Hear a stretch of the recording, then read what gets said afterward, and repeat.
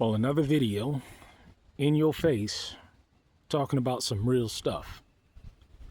Well, say you link up with somebody.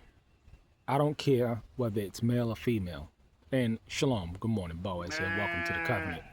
But let's say you link up with somebody and you find them to be very attractive. You click, and all things are well. Now we know, especially in this day and age, that you should be doing two things when getting into a covenant agreement with people. Number one, you should be making sure that you're running some type of background check on these people, that you as well want to make sure that they have as well a clean bill of health. And I may do part 1 and part 2 to this video, but a clean bill of health is important because you don't want people with physical problems. Now, I know love is a beautiful thing and these feelings and emotions that we all have, but at the end of the day, with the cost of things going up, healthcare, as well as the elimination of healthcare and even Medicare and these free services, a lot of people are going to find themselves in situations where they're going to be broke. They're already broke and they're going to be broker. So you linking up with somebody, you want to make sure that you are ensuring that you run a background check and a medical evaluation. And that background check should consist of two things. That background check should consist of their financial situation and their criminal history. Now, everybody, it's fine, all well and dandy to have a criminal history, especially if you changed your life around. But you don't want anybody with outstanding warrants. People that have situations in which they have to deal with when it comes to the law. Because one thing that you don't want is you don't want any kind of law enforcement coming to search you out or search people out that you are with. And any kind of confrontation may arise as a direct result of that. And it seems as though folk today have an epidemic with getting up with criminals and degenerates, and that's fine and well and dandy. But as we see that there are repercussions of that, and particularly sisters linking up with men that are in jail or getting out of jail, and they're moving in these men with these criminal backgrounds, and then they end up killing them and their children, or molesting them, or raping their children. It's pretty sad, and it's an epidemic. It's not something that's isolated. It's becoming more and more normalized, and it has been for years. But the 800-pound gorilla in the room as well is the notion of debt as well. Now, we know certain debt, like credit card debt, anything that's unsecured, you could possibly overlook that because it's unsecured. But anything that is secured, because a car, is, hey, if you don't pay the note, you can take the car. And we see in this day and age where a lot of people, they're losing their cars because they cannot afford the payment. And when you can't afford the payment, they come and take your car. So that's a secured loan.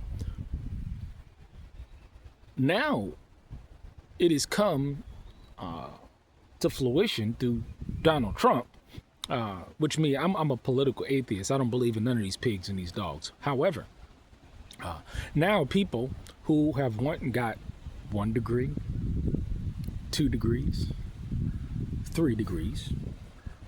Hey, great, you highly educated now. Unfortunately, a lot of these people are in an extraordinary amount of student loan debt. And as you know, You cannot discharge student loan debt even in bankruptcy. So we have a situation here. We have a situation where you have all these people that now have to pay their student loan debt back. Wow. They have to pay their student loan debt back. And these people's checks, if they do have jobs, because hundreds of thousands of people are getting laid off from federal government jobs, people, Uber and Lyft and DoorDash and Instacart and all that stuff, it's not enough to pay those bills. And a lot of people, they're struggling pretty bad out there. And so now you have all these people that took out these student loans, right? They took out these student loans. And now they have to pay their student loans back via garnishment. Now, what does that have to do with homesteading and living off grid and all of that kind of stuff? Because see, listen here, if you're linking up with somebody in this kind of situation,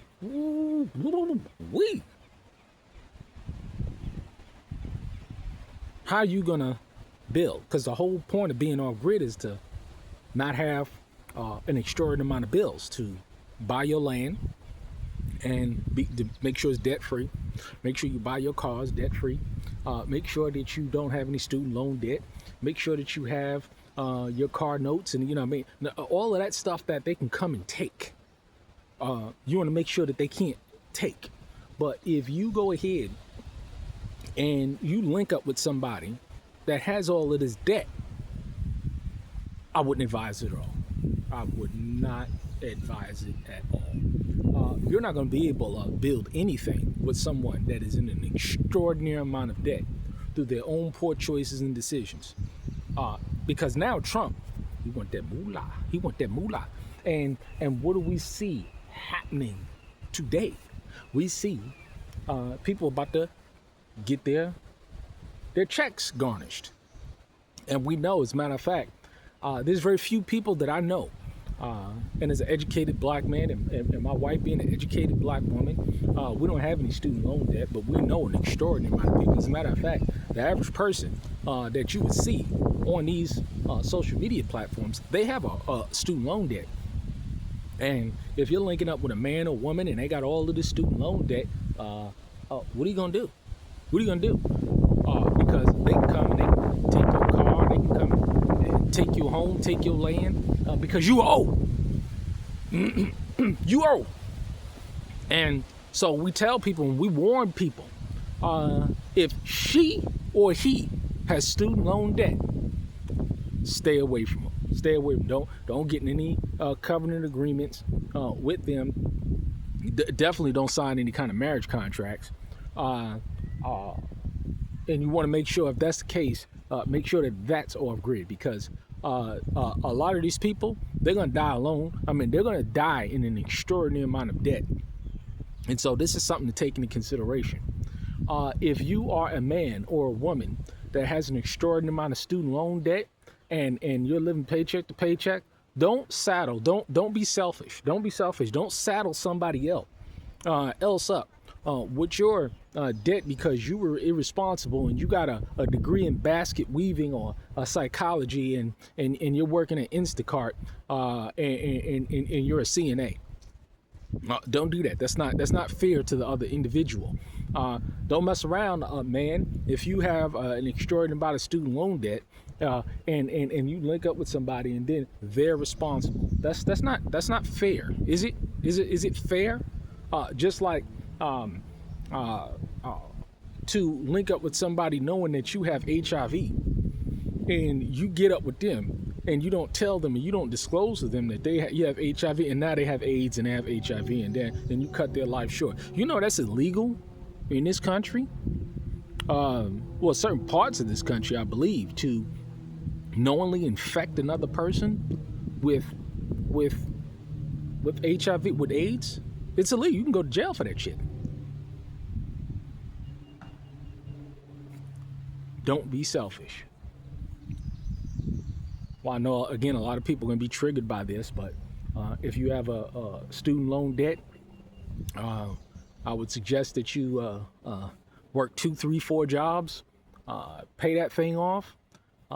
If not, if you want to be selfish, men, women alike, protect yourself. And these people, you know what they need to do?